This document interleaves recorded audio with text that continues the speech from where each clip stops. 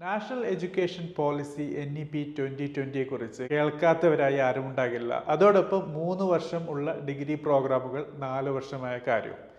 എന്തൊക്കെയാണ് ഈ രീതിയിലുള്ള ഡിഗ്രി പ്രോഗ്രാമിൻ്റെ സവിശേഷത?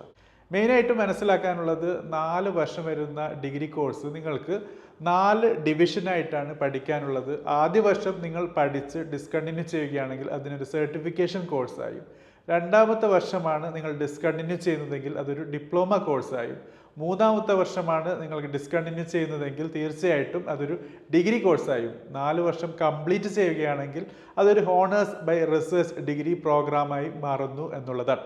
അതോടൊപ്പം നിങ്ങൾ ഏത് സമയത്താണ് ഡിസ്കണ്ടിന്യൂ ചെയ്യുകയാണെങ്കിലും അത് നിങ്ങൾക്ക് വീണ്ടും കണ്ടിന്യൂ ചെയ്യാനുള്ള അവസരം ലഭിക്കുന്നു.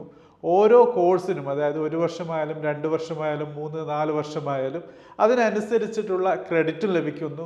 1 വർഷം കഴിഞ്ഞ് നിങ്ങൾക്ക് കോളേജ് മാറാൻ